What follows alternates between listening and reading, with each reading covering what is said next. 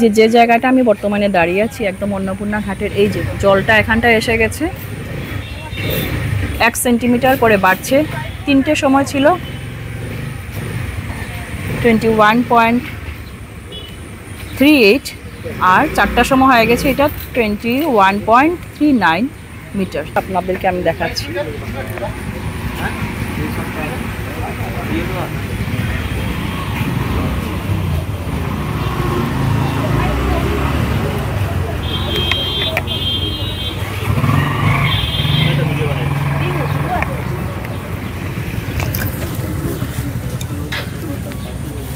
জলের খোঁজ খবর নেওয়ার জন্য অনেকে এখানটায় এসে দাঁড়িয়েছেন।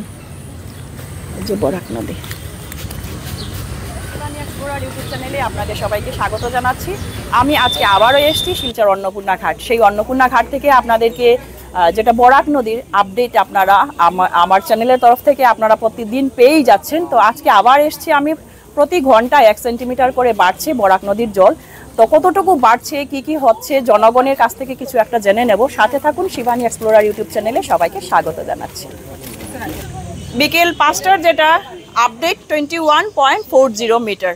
তো আপনারা সবাই একটু সতর্ক থাকুন, কেন কি আরও আগামীতে বৃষ্টিপাতের সম্ভাবনা রয়েছে। তো প্যানিক না করে ভালো থাকুন আর নিত্য প্রয়োজনীয় জিনিস আপনারা ঘরে উঠিয়ে রাখুন। তো আমার সাথে এই মুহূর্তে দাঁড়িয়ে রয়েছে পাপলু, আমাদের সবারই পরিচিত পাপলু দাস, অনেক বিশিষ্ট সাংবাদিক, এটা আপনারা জানেন। আর প্রতি বছরই ও ফ্লাড রিপোর্ট অনেক জায়গা থেকে ও কালেক্ট করে। তো পাপলুর কাছ থেকে জেনে নেব আমি বরাক ভ্যালি তথা কাছাড়ের বর্তমানের পরিস্থিতি কিরূপ। নমস্কার পাপলু, স্বাগত জানাচ্ছি আমার শিবানী এক্সপ্লোরার ইউটিউব চ্যানেলে। নমস্কার। কিছু বলো। শিবানী এক্সপ্লোরারের যারা দর্শক রয়েছেন তাদেরকে ধন্যবাদ, এবং শিবানীর এই পোস্টটা বা এই ভিডিও বা যাই এই রিপোর্টটা অবশ্যই আপনারা শেয়ার করবেন।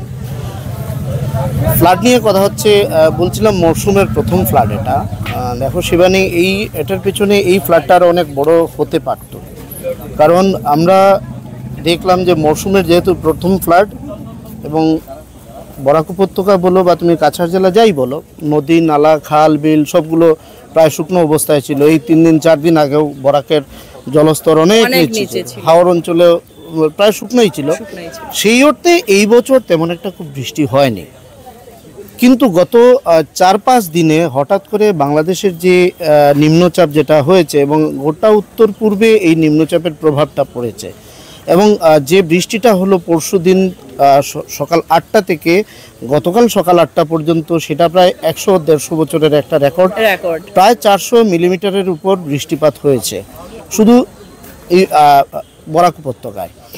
এক্ষেত্রে হঠাৎ করে এই যে ফ্লাডটা, এটা কিন্তু গোটা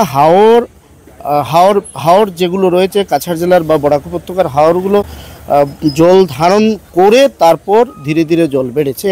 সেইভাবেই এই বরাক নদীও বা কাছাড়ের যে বরাকের যে নদী উপনদীগুলো রয়েছে সেগুলো, এই মুহূর্তের কথা যদি তুমি বলো, গোটা কাছাড় জেলা সহ বরাক উপত্যকার যতগুলো নদী রয়েছে সবগুলো নদীর তার যে বিপদ সীমা রেখা যেটা রয়েছে জলস্তর, সেটা কোনোটাতে 2 মিটার, কোনোটাতে 3 মিটার উপরে বইছে। এমনকি বরাক নদীর জল এই মুহূর্তে উপরে বইছে। তো এই যে আমরা দেখতে পাচ্ছি ঘন ঘন গত প্রায় 4-5 বছর থেকে হঠাৎ করে এই ঘন ঘন, বিশেষ করে 2022 এর পর 2022 সালের শিলচর শহর বা বরাক উপত্যকার যে বন্যা যেটা, সেটা একটু অন্য রকমের ছিল। বেশি বৃষ্টিপাত, কিছুটা বৃষ্টিপাত হচ্ছে বেশি, সেটাও একটা কারণ। আর তার চাইতেও বড় কারণগুলো হচ্ছে যেসব হাওর অঞ্চলগুলো রয়েছে বা নদী যেগুলো রয়েছে, সেগুলোর নদীগর্ভ আমরা যেটাকে বলি, তার নব্যতা, অর্থাৎ নদীর যে ভরাট হচ্ছে, প্রত্যেকটা নদী 4-5 মিটার করে ভরাট হচ্ছে। যে নালাগুলো ছিল, যে হাওরগুলো ছিল, সেগুলো, এটার পেছনে আরেকটা কারণ রয়েছে কেন ধসছে। এবার প্রশ্ন হলো, এই নদীগর্ভগুলো কেন ভরাট হচ্ছে? আমরা দেখতে পাচ্ছি এই শিলচর শহরের যে পাহাড়গুলো ছিল আশপাশ অঞ্চলে, তুমি যদি একটু দেখো কাঁঠাল রোডের দিকে যে পাহাড়গুলো ছিল, সেই পাহাড়গুলো এখন আর নেই। শিলচর শহরের ভেতরে, আজকের দিনে শিলচর শহরের ভেতরে এই এলাকা, সংলগ্ন এলাকার যদি এই অবস্থা হয়, তাহলে গোটা কাছাড় জেলা বলবো না, বরাক উপত্যকার পাহাড়গুলোর কী অবস্থা হতে পারে। এবং এই পাহাড়গুলো মাটি কেটে কেটে কেটে কেটে মানুষ কিন্তু পাহাড়গুলোকে শেষ করে দিচ্ছে। ভারত বর্তমানে ভারতমালার কাজ চলছে, আসামমালার কাজ চলছে, মহাসড়কের কাজ হলো। এছাড়া যে রাস্তাগুলো তৈরি হচ্ছিল সেই পাহাড় থেকে মাটি কাটার ফলে আজকের এই অবস্থা। 1 নম্বর। 2 নম্বর হলো নদী খননের একটা ব্যাপার থেকে যে আমি বলছিলাম, আমাদের এখানে বরাক উৎসব হলো প্রথম, তারপর নমামি বরাক হলো, তারপর নদী খনন করা হলো। কিন্তু প্রশ্ন হলো এই বরাক উৎসব, এই নমামি বরাক, এই নদী খননের ফলে আমরা লাভ কতটুকু পেলাম? এটা গেল নদীর কথা বলছি আমি, প্রত্যেকটা নদীর কথা বলছি। হাজার দর্শনার্থীরা প্রদীপ জ্বালিয়ে যেটা উৎসবে মেতেছে, আমরা জল দেখার জন্য ওনারা সবাই এসেছেন। সামান্য 2 দিনের বৃষ্টিতে কিন্তু নদী ভরে যায়, এটা একটা বিরাট রিজন। কিন্তু সবাই এই যে হাজার হাজার, আমরা নমামি বরাকের সময় আমরা হাজার হাজার মানুষ বরাকের প্রত্যেকটা উপনদীতে আমরা দেখলাম, প্রত্যেকটা উপনদীগুলো যেগুলো বরাকে এসে মিশেছে, প্রত্যেকটা উপনদীতে দেখলাম আমরা প্রতিটি ঘাটে নরনারী মিলে আমরা সেই নদীকে আমরা আরতি করলাম। কিন্তু নদীকে রক্ষণাবেক্ষণ আমরা কতটুকু করছি, এটা কিন্তু একটা বড় প্রশ্ন। শহরাঞ্চলের ফ্লাড যদি আমরা এই মুহূর্তে দেখি, তাহলে দেখি যে শহরাঞ্চলের নদী যে নালাগুলো রয়েছে, বিশেষ করে শিলচর শহরের যে নালাগুলো, 3টে নালা রয়েছে শিলচর শহরে, বাছাই খাল, সিঙ্গির খাল আর রাঙ্গির খাল। এই 3টে নালার যে নালার যে তার যে বক্ষ, যেটা নালা বক্ষ যেটা রয়েছে, আজকে থেকে প্রায় 20 বছর আগে বা 10-15 বছর আগেও এই রাঙ্গির খাল দিয়ে অনেক জল বইত। প্রতিটি নালা বা প্রতিটি নদীর দুটো বিষয় থাকে, এক ধারণ ক্ষমতা, জলটা সে কতটুকু ধরতে পারছে, নিতে পারছে, আরেকটা হলো তার বহন ক্ষমতা, কতটুকু সে কতটুকু সে জলটা ফেলতে পারছে। এবার তুমি বলো আমাদের রাঙ্গির খালের অবস্থাটা কি? রাস্তার উপর দিকে জল যাচ্ছে। রাস্তার উপর দিকে কেন যাচ্ছে? এই যে তুমি যদি তোমার ক্যামেরাটা নিয়ে তুমি যদি একটু যাও, কনকপুর রোডের দিকে যদি একটু যাও, তুমি যদি রাঙ্গির খালের দিকে একটু যাও, তাহলে দেখবে তুমি কচুরিপানা ভরে গেছে এই নদী রাঙ্গির খালে। এই রাঙ্গির খালে তুমি দেখবে কচু গাছের নালার ভেতরে কচু গাছ হয়েছে। এবার কচুরিপানা কখন হয়? যখন নদীতে বা নালাতে স্রোত থাকে না, জমাজলেই কচুরিপানা হয়। অর্থাৎ তার যে জমাজল, যে জল যাওয়ার যে ক্ষমতা, সেটা হারিয়ে ফেলেছে রাঙ্গির খাল। এবং কচু কখনো হয় যখন জমাজল থাকে, কাদা থাকে, তখনই কচু হয়। এই অবস্থায় আমরা যদি দেখি গত প্রায় 4-5 বছরে রাঙ্গির খালে কোনো ধরনের সংস্কার হয়নি, সংস্কার না, সাফাই হয়নি, তার মাটিটা কাটা হয়নি। একই অবস্থা সিঙ্গির খাল, একই অবস্থা তোমার বাছাই খালের। কাজ হচ্ছে, বলবো না কাজ হচ্ছে না, কিন্তু তার যে বৈজ্ঞানিক পদ্ধতিতে যে কাজটা করা দরকার সেই কাজটা হচ্ছে না। তার ফলে আমরা এই জমাজলের সমস্যা আমরা দেখতে পাচ্ছি। গোটা শিলচর শহরে আমরা ভুগছি এই জমাজলে। এবং গোটা কাছাড় জেলা, গোটা শিলচর শহরে দাসকলোনিতে জল হতো না, দাসকলোনিতে জল হতো না, 22-এ দেখলাম। কিন্তু এবার দাসকলোনিতে কতটুকু জল? কোমর জল। এই যে রাস্তাটা তৈরি করা হয়েছে, যখন রাস্তাটা তৈরি হয়, সোনাই রোডের কথা বলছে, NHIDCL যে রাস্তাটা করলো, জনপ্রতিনিধি সহ শিলচর শহরের মানুষকে না জানিয়ে হুটহাট করে এই রাস্তাটা তৈরি করা হলো, হঠাৎ করে 3.5 ফুট বাড়িয়ে দেওয়া হলো। তার ফলে কি হলো? আজকের দিনে শিলচর শহরের কনকপুর, সেই সংলগ্ন এরিয়া যেগুলো রয়েছে, শরৎপল্লী ইত্যাদি, যেখানে 1 ফুট থেকে আধ ফুট জল হতো, এখন 3.5 ফুট 4 ফুট জল হচ্ছে, কোমর জল, বুক জল হচ্ছে এই এলাকায়। এইবার প্রশ্ন হলো এই জলগুলো বেরোবে কখন?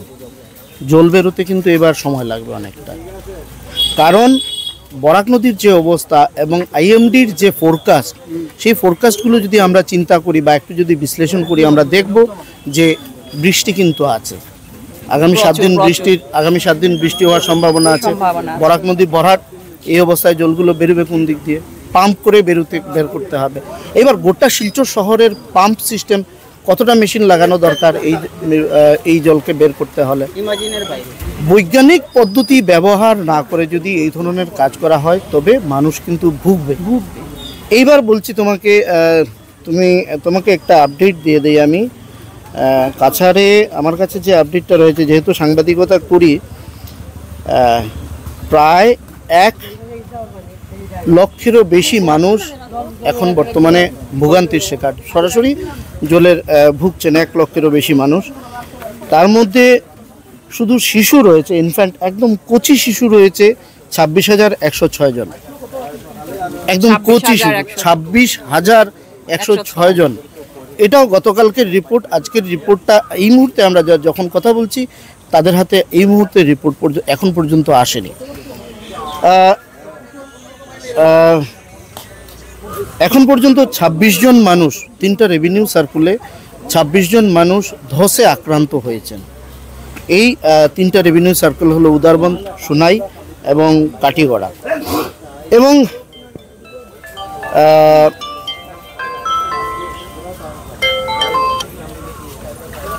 এই যে ভোগান্তির শিকার, এই যে কথাটা আমি বললাম, প্রায় 86টা রিলিফ ক্যাম্প গোটা কাছাড় জেলায় খোলা হয়েছে।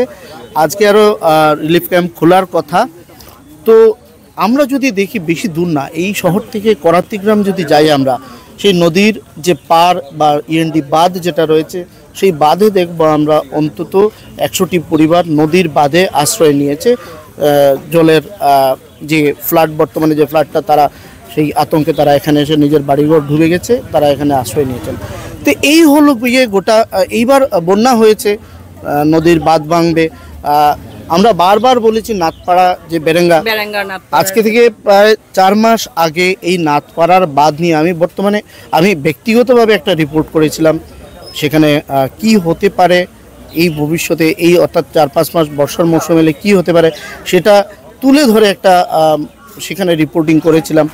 তার পরবর্তীতে আজকে দেখতে পাচ্ছি নাথপাড়ার অবস্থাটা কি, খুব বাজে তো কন্ডিশন। যেটা এই যে বর্তমানে যে জায়গায়, একটা জিনিস আমি তোমাকে বলি শিবানী, এই যে বর্তমান যে জায়গাটায় আমরা দাঁড়িয়ে আছি, এই জায়গাটা থেকে তুমি যদি এই দিকে 50 মিটার যাও হেঁটে, 50 মিটার না 25 মিটার যদি হেঁটে যাও, তারপরে এখানে যে ওয়ার্লপুলটা হচ্ছে, নদী যে তার জলটা যে খেলছে এখানে দেখবে তুমি, এখানে যদি যাও গিয়ে দেখবে গত বছর যে এই বাঁধের যে ফ্লাড লেভেলটা ছিল, সেই ফ্লাড লেভেল এই বাঁধের যে লেভেলটা ছিল, সেই লেভেল থেকে আরও 1 ফুট এই জায়গাটা নিচে নেমে গেছে। এবার এইটা আমরা আমাদের সংবাদ মাধ্যমে দেখাতে হবে। তারপরেও বলবো সরকার বা জনপ্রতিনিধি বা যারাই এখানে আছেন, তারা কিন্তু কতটুকু দেখেন, যদি দেখে থাকেন, গত বছর কিন্তু এটা নিয়ে আমি রিপোর্ট করেছিলাম যে এখানে একটা সম্ভাবনা আছে। এইবার যদি কোনো কারণে এই জায়গাটা যদি ভেঙে যায়, তাহলে কিন্তু সরাসরি শিলচর ইন্ডিয়া ক্লাব হয়ে এই পুরা শহর জলে ডুববে। তো এই হলো গিয়ে ব্যবস্থা। তোমাকে আরেকটা কথা আমি জানাই, 3.5 কোটি টাকার প্রজেক্ট সাবমিট করা হয়েছিল এই রাঙ্গিরখাল সাফাইয়ের জন্য গত বছর। বন্যা নিয়ন্ত্রণ বিভাগ থেকে রাজ্য সরকারের কাছে 3.5 কোটি টাকার একটা প্রপোজাল তারা বানিয়ে দেয়। তার পরবর্তীতে দেখা গেছে সেই প্রপোজাল কোথায় আছে জানি না। বিভাগ আমাকে গতকাল জানিয়েছে তারা পাঠিয়েছিলেন। তার পরবর্তীতে কি অবস্থা সেটা তুমি বর্তমানেই দেখতে পাচ্ছ।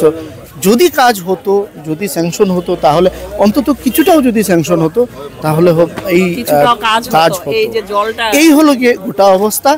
অনেক কথাই বললাম তোমাকে। কথা বলি, বেরেঙ্গার বাঁধ যখন ভেঙেছিল লাস্ট ইয়ার, মানে কীরকম শিলচরের অবস্থা শোচনীয়।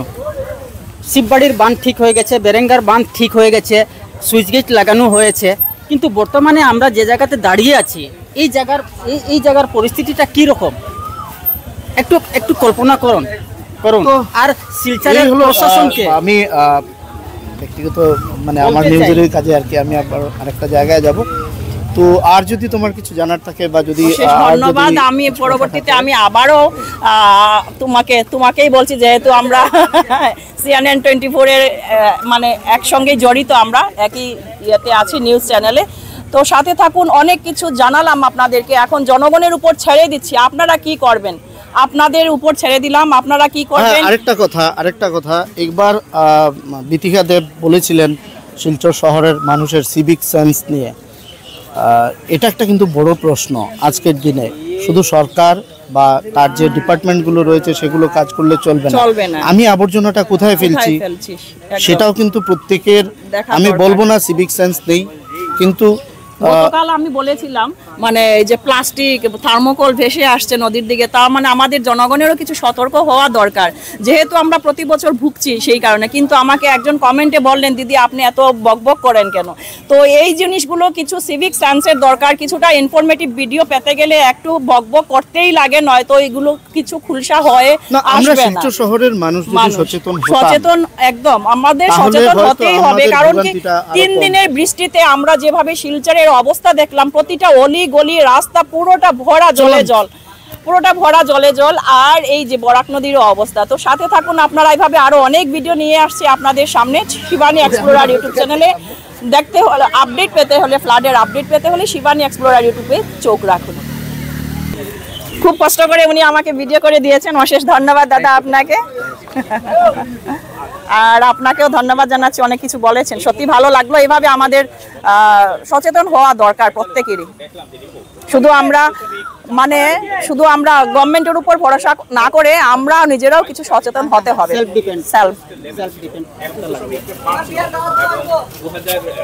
গত বছরের যেই ছিল 21.54 এবং এই মুহূর্তে আমরা পৌঁছে গেছি 21.40-তে। এখানে আরেকটা কথা বলে রাখি, যে যেটা আমরা বিভিন্ন বছরের এই কাছাড় জেলার বন্যা পরিস্থিতিগুলো দেখে যেটা আমাদের ফিল হয়েছে, যে বরাক নদীর ধারণ ক্ষমতা সেটাও একটা লেভেল অবধি থাকে, এবং যদি আমি ভুল না করি তাহলে হয়তো 21.50 নদী ক্রস করার পর বিভিন্ন জায়গায় নদী বাঁধের উপর দিয়ে ভেতরে প্রবেশ করবে। এবং এই মুহূর্তে যে পরিস্থিতি বা আইএমডির যেটা রিপোর্ট আমরা পাচ্ছি, যে সমগ্র উত্তর পূর্বাঞ্চল জুড়ে বিভিন্ন স্থানে বৃষ্টি হচ্ছে, এবং আমাদের এখানেও আকাশ, যদিও আজ তেমন একটা বৃষ্টি হয়নি, কিন্তু আকাশের অবস্থাটা খুব একটা ভালো না, তো সেটা আমাদের জন্য একটা বলা যায়।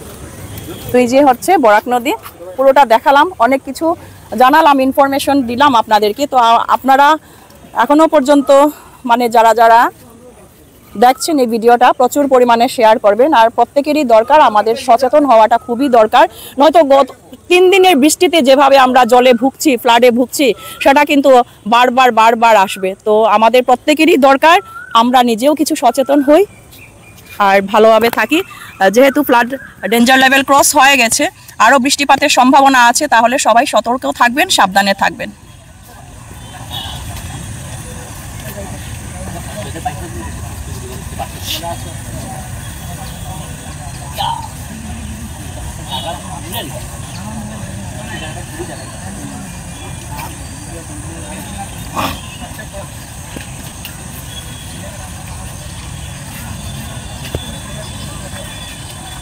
যারা কষ্ট করে জায়গাটা পেরিয়ে যাচ্ছেন, এটা কিন্তু বরাক নদীরই জল, সেটা আপনাদেরকে দেখাচ্ছি। ওনাদের বাসাটা কিন্তু এই জায়গাতে।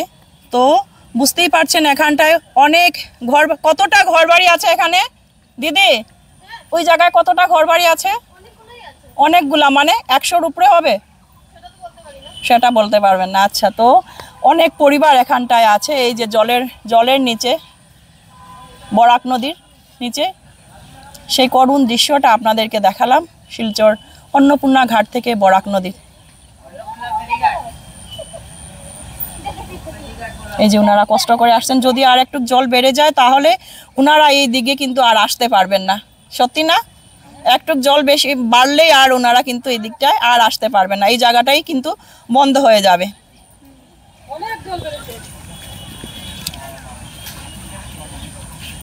তো এই যে ওনারা এই দিক থেকে পেরিয়ে এসছেন, এই যে জল নদীর, এটা কিন্তু বরাক নদীর জল। আর এই যে রাস্তা, একদম সরু রাস্তা দিয়ে ওনারা পেরিয়ে এসছেন। জল কিরকম, মানে কতদিন থেকে আপনাদের জল? বাকা 3-4 দিন থেকে। 3-4 দিন থেকে।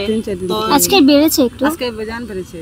আজকে তো অনেক বেড়েছে, ডেঞ্জার লেভেল ক্রস হয়ে গেছে। গতকালকেও ডেঞ্জার লেভেলটা ক্রস হয়ে গিয়েছিল।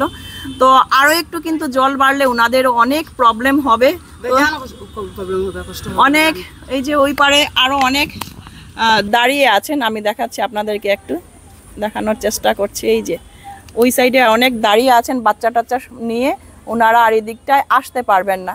তো এই হচ্ছে আমাদের শিলচর অন্নপূর্ণা ঘাটের বরাক নদী থেকে এই দৃশ্যটা দেখানোর আমি চেষ্টা করলাম। সাথে থাকুন, এভাবে অনেক আরও ভিডিও নিয়ে আসবো আপনাদের সামনে। যদি শিবানী এক্সপ্লোরার ইউটিউব চ্যানেল থেকে আপনারা দেখে থাকেন, প্লিজ একটা লাইক, শেয়ার ও সাবস্ক্রাইব করে পাশে থাকবেন।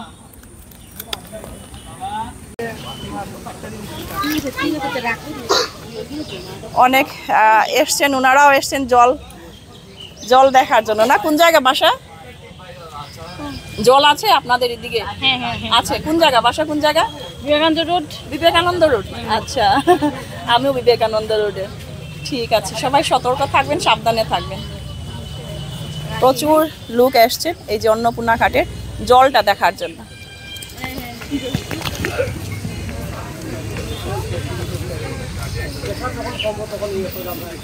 বর্তমানে দাঁড়িয়ে আছে অন্নপূর্ণা বিশ্বেশ্বর ঘাট। সেই অন্নপূর্ণা বিশ্বেশ্বর ঘাট থেকে আমি আপনাদেরকে দেখাবো বন্যার পরিস্থিতি।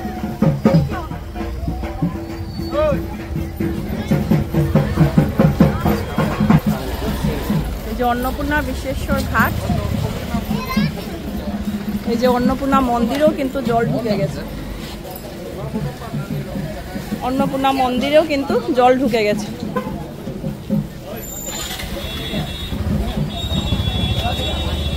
মন্দিরে জল ঢুকেছে, মন্দিরেও জল ঢুকে গেছে।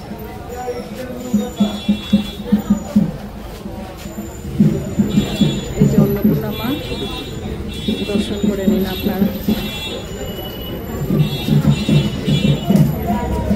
একদম পাশেই জল, এই যে মন্দির আর এই যে বরাক নদীর জল। এই যে মন্দিরের যেটা সিঁড়ি আর এই যে বরাক নদীর জল। এই যে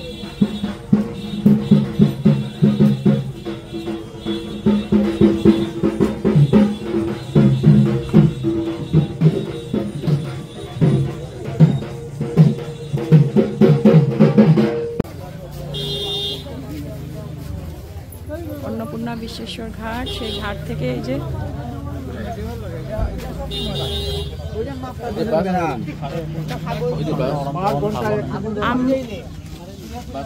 এই যে জায়গাটা আমরা দাঁড়িয়ে আছি, এই যে আর এই যে জল। আগে আছিল 19.21.38 যখন 21.40 রেকর্ড হইল হাইয়েস্ট হইল 84 হইল হাইয়েস্ট।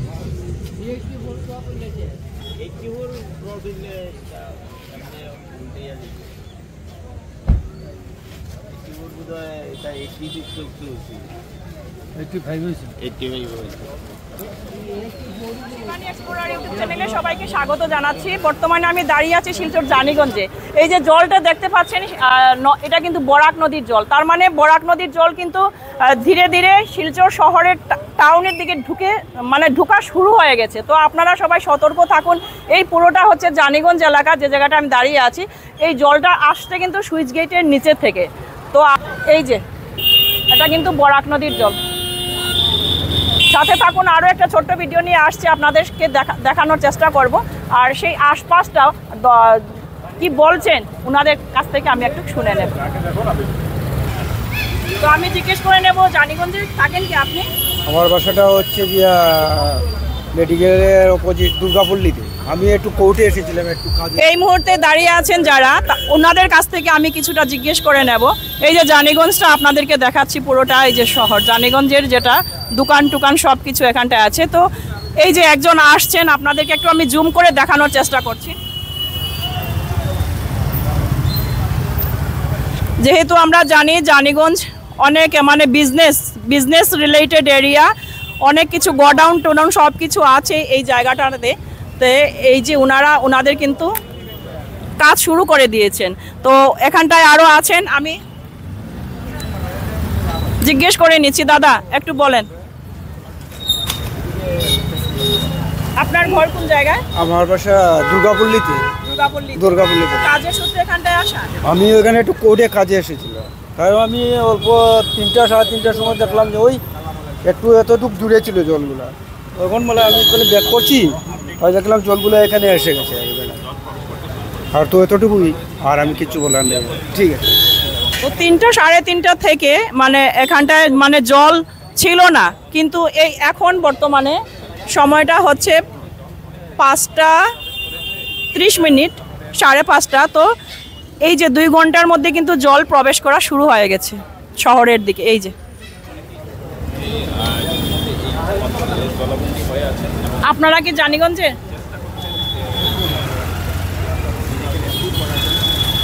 এখানে